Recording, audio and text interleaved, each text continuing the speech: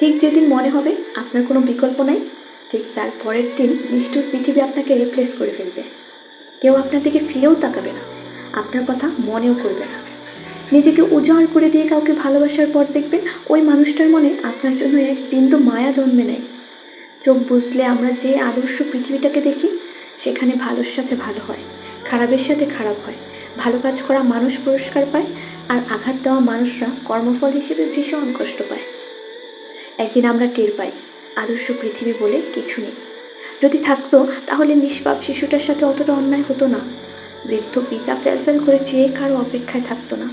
নিরপরাধ মানুষটার জীবন অমন দুঃস্বপ্নের মতো হতো না। বোকা মানুষটা বারবার ঠকে যেত না।